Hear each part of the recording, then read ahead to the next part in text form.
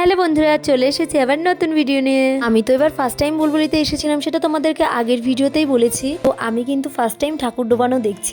এতটা যে ভিড় হয় আর এতটা মজা, সেটা কিন্তু না গেলে বুঝতেই পারতাম না। তোমরা তো আগের ভিডিওগুলোতে দেখেইছো যে আমরা 4 বোনেরা মিলে এসেছি। তো আমাদের সঙ্গে এসেছিল আমার ঠাকুমা, আমরা 4 বোনেরা, আর এখানে একটা বোন ছিল। তো আমরা কিন্তু সবাই মিলে বেশ মজা করেছি।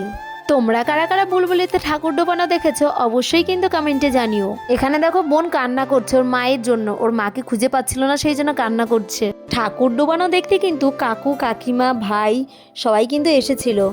ঠাকুর কিন্তু দেখো বের করে দিয়েছে, আর এই ঠাকুরটা জাস্ট দেখতে কি বলবো, অসাধারণ লাগছিল। আর এতটা ভিড়ের মধ্যে দেখো কিভাবে নিয়ে আসবে ঠাকুরের বিসর্জন দিতে। দেখো কখন থেকে স্টার্ট করেছে, আর দেখো পুরো অন্ধকার হয়ে গেছে, আর ভিড়টা একবার দেখো, মানে এত লোক হয়েছিল কি বলবো। এখানে দেখো ঠাকুর কিন্তু টানা হচ্ছিল, এই যে দেখো এটা কিন্তু করতে অনেকটাই সময় লেগেছে, এখান থেকে এইটুকুনো নিয়ে যেতে অনেক সময় লেগেছে, কারণ ঠাকুরটা বেশ বড় ছিল। আমি তো ভিডিওটা একদম শুরু থেকে শেষ অবধি করেছিলাম, কিন্তু এত বড় ভিডিও তো আর শেয়ার করতে পারবো না, সেই জন্য আমি কিছু কিছু ক্লিপ কেটে কেটে আর কি তোমাদের সঙ্গে শেয়ার করছি।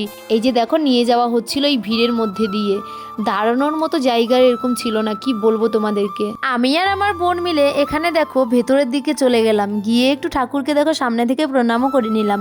এখানে গিয়েই দেখলাম যে কাকুও দাঁড়িয়েছিল, সেই জন্য অতটা ভয়ও লাগছিল না। এখানে দেখো এত ভিড়ে কে কে যে কোথায় দাঁড়িয়ে আছে তার কোনো ঠিকই নেই। এত ভিড়ের মধ্যে দূর থেকে দাঁড়িয়ে জুম করে আর কি ভিডিও করছিলাম তোমাদের সঙ্গে শেয়ার করব বলে। এই যে দেখো এক্ষুনি ঠাকুর বিসর্জন দেওয়া হয়ে যাবে, এই যে হয়ে গেল। তো আজকের ভিডিওটা কেমন লাগলো অবশ্যই জানিও কমেন্টে। আর এইখানেই কিন্তু বিসর্জন দিয়েছে, দেখো দেখা যাচ্ছে।